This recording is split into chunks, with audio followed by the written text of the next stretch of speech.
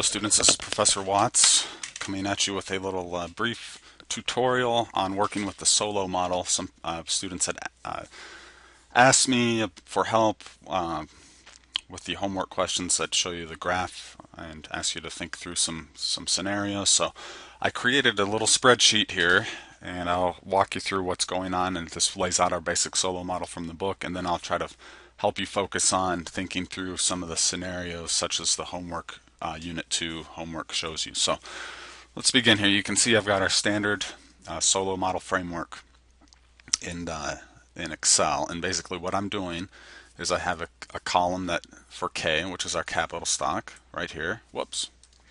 So I've got a bunch of values for capital right here, and then output Y is basically a parameter, which I'm just leaving at 1 for right now to keep things simple. And then the function is the square root of the capital number. So as you can see, when capital is 100, output is 10. 10 is the square root of 100. When capital is 225, it's actually right between these two. Output's 15, right between these two, etc. So we've got our simple output function. Okay, output's a function of capital. And then we also, remember, have the dynamics of capital creation. Now, let me get rid of this for the moment. Right here we have investment. I've labeled this I1, and that's the green line. Okay, so the blue line here on the graph is the output function. Okay, you can remember it's a diminishing marginal returns function. So you can add more capital here, and you get a little bit more output. And let me maybe draw this on here as we add 10 units of capital here. We get this much extra output, but as we add, if we start with a much lower capital level, if we add 10 units of capital here, notice we get from here to here quite a bit more. Okay, so we're comparing a big extra output increase here when we start at a low capital level versus a small output increase here when we start at a high capital level. Okay, so that's, remember, the basic rationale for that is that you have diminishing returns to capital if you hold all other inputs constant. Now, we want to also remember the dynamics of investment. Okay, so where does capital come from? Well, it's some function of our total output. So some amount of the total resources are invested to create more capital. That's the green line here on the graph, and that is just a function. This parameter here, well, this parameter, in our example, we're going to start with 30% investment rate, 0.3, times the output level. So that's, you'll notice, the parameter times the output level. So the investment function, the green line, has the same shape as the output function, but in this case it's 30% the height. He is exactly like you in every way.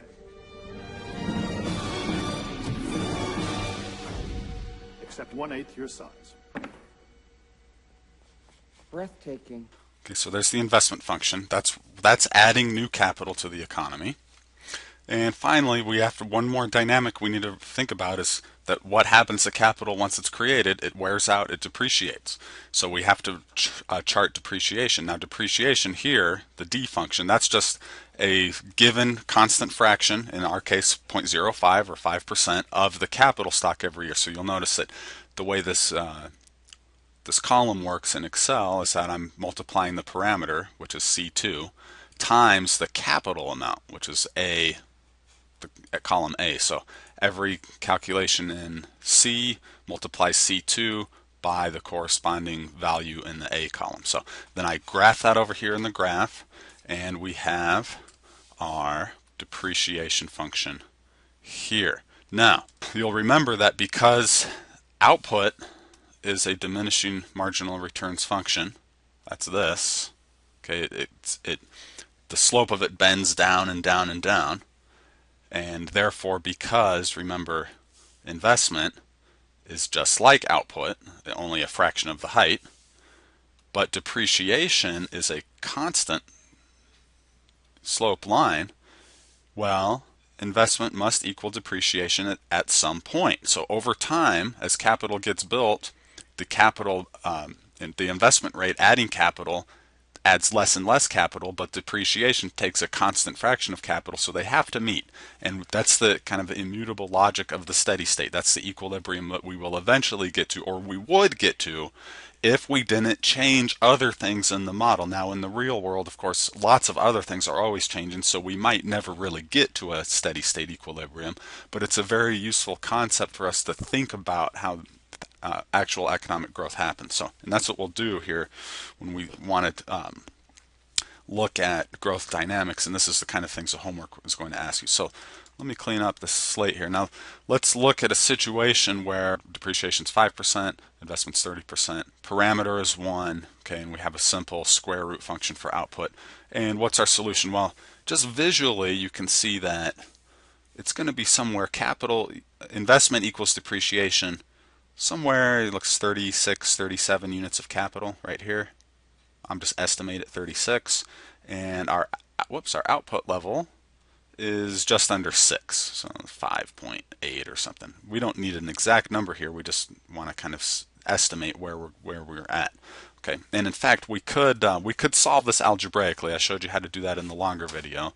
You want to think about that in terms of investment. Here is how many units of capital we add each time period. Depreciation here is how many units of capital wear out every time period. Well, here at a capital of 10, investment 0.9 is greater than depreciation 0.5. So we're going to add capital, we're going to move to the right. So if capital is here at 0.10, we've got some net investment greater than depreciation, we're adding.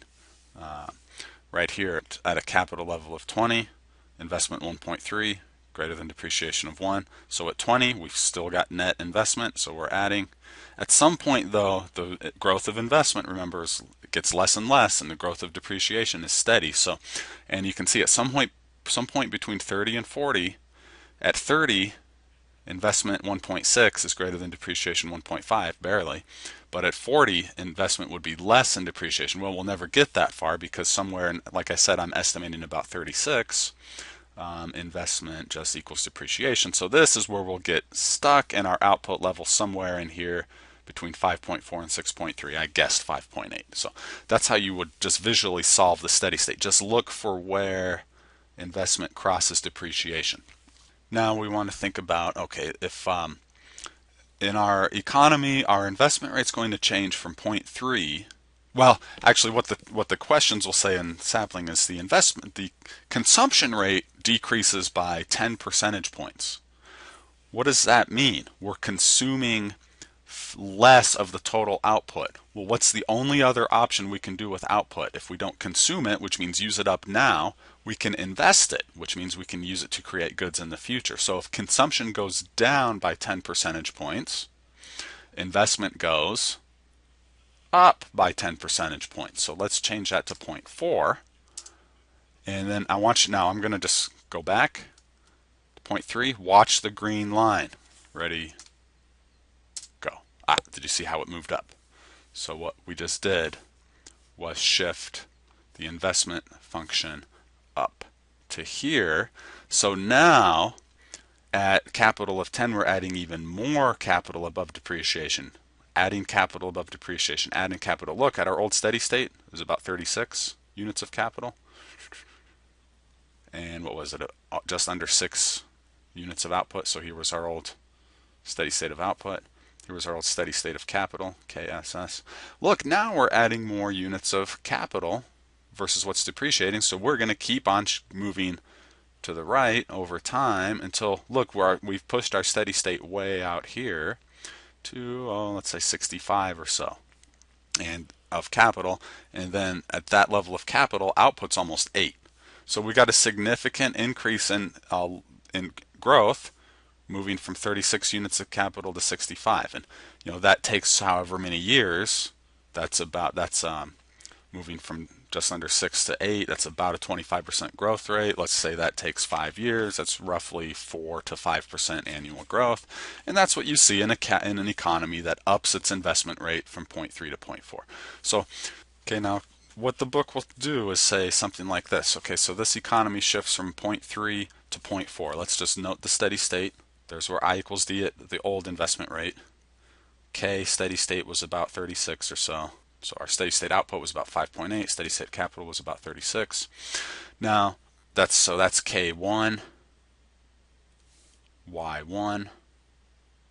We shift that up, and again we know that investment goes up if we're told that consumption goes down, so we're going to shift this up to 0.4 again, and we're moving to a new higher steady state of something like K equals 65. Again, you don't have to solve these exactly because all the question's going to ask you is about the pattern. It's about to draw the new curve. So what you'll do is draw a new curve. Here's my old I1, and just shift it up, I2. And now at a higher K output is about 8. There's Y2.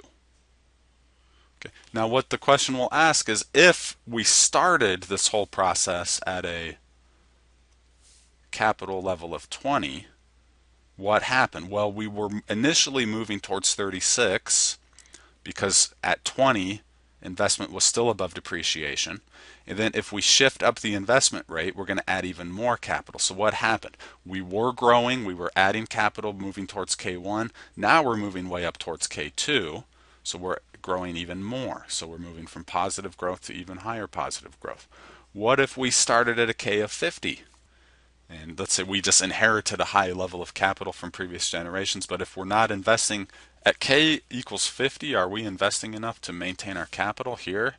Well, no, look, at 50, D, depreciation is greater than I. So here we're losing capital, and that means we're moving this way. And if we're moving this way in capital, we're moving from here to here, we're moving this way in growth. So if we started at 50 with an investment rate of 30%, we have negative growth. But then if we shift the growth rate up 10 points to 0.4, now we realize that we can turn this around, and instead of moving down in capital, now we're adding capital and we're moving up to this higher steady state. So here, starting from an initial level of 50, we were heading towards a steady state of 36. We had negative growth. We upped the investment rate to 0.4. We turn around and are moving towards a steady state of 65. So we shift from negative to positive growth. So that's what the homework questions are going to force you to do, to think through the logic of moving from one steady state to another. And how does that happen? Well, that happens through shifting the investment level.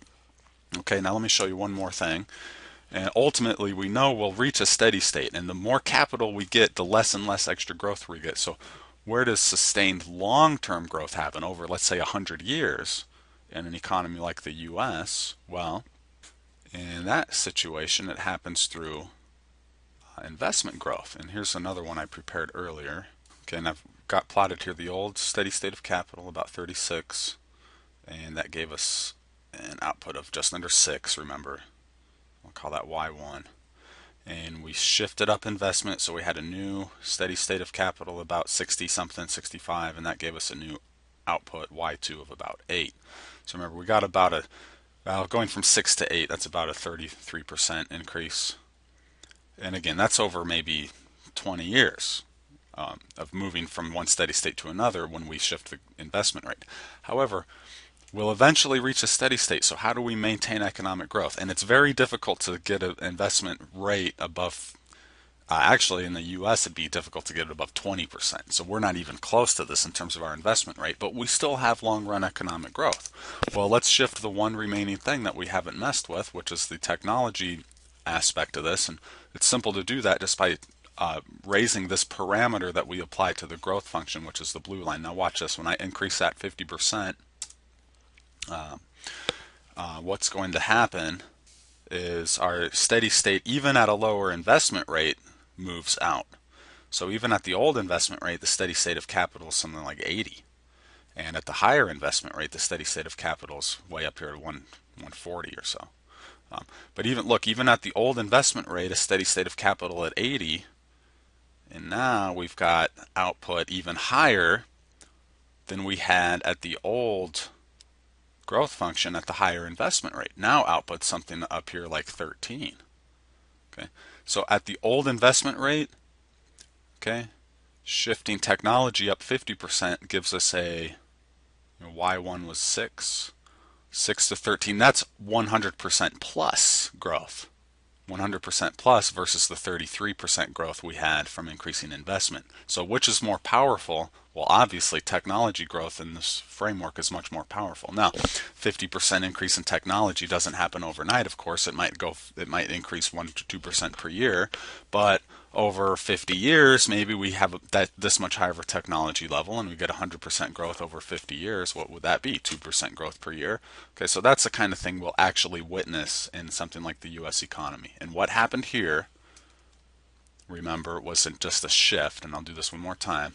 Let me go back to the old technology parameter from 1 to 1.5, and bam. So that's how we want to think about longer term growth in countries that have already built up capital, that are already at a high steady state of capital. Okay, so I hope that helps you understand a little bit, a little refresher, and helps you focus on what the homework is asking you to do in terms of looking at steady states and manipulating these graphs. I posted the spreadsheet right here, Solow Model spreadsheet, in the Blackboard under the Unit 2 lecture slide, so you can actually download the spreadsheet and mess with it and do exactly what I was doing there, and that might help you with the homework and understanding the Solow model. See you soon. Man, every young hot shot in the outer rim comes gunning for me sooner or later.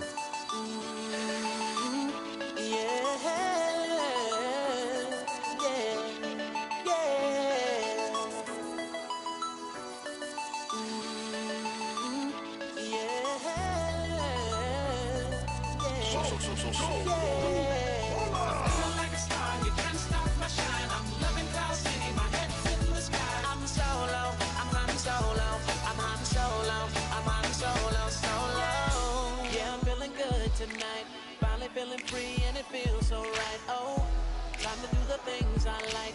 Gonna see a princess, everything's alright. Oh, no job but an answer to, ain't a fixture in the palace zoo. No, and since the carbonite's off me, I'm living life now that I'm free. Yeah, told me get myself together.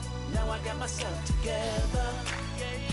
Now I made it through the weather. Better days are gonna get better. I'm so happy.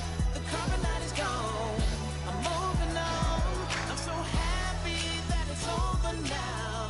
The pain is gone. I'm putting on my shades to cover up my eyes. I'm jumping in my ride. I'm heading out tonight. I'm solo. I'm hot solo. I'm hot solo. I'm hot solo. Solo. Picking up my plaster, putting it on my side. I'm jumping in my falcon. Whooping at my side. I'm solo. I'm hot solo. I'm hot solo. I'm hot solo. Solo. Nice job. Yeah. Mind if I join you for the next one?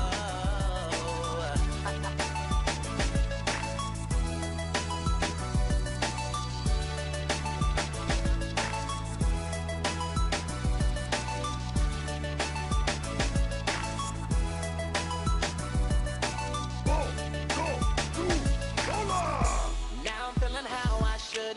Join the alliance, it feels so good. Oh, stop feeling misunderstood. Back in the game, who knew I would? Oh, so flat time I spread my wings. Loving myself makes me wanna sing. Oh, yeah. Yeah, yeah, yeah, yeah. Told me get my act together. Now I got my act together. Yeah. Now I made it through the weather. Better days are gonna get better. I'm so happy. The carbonite is gone. I'm moving on. I'm so happy that it's over now. The pain is gone.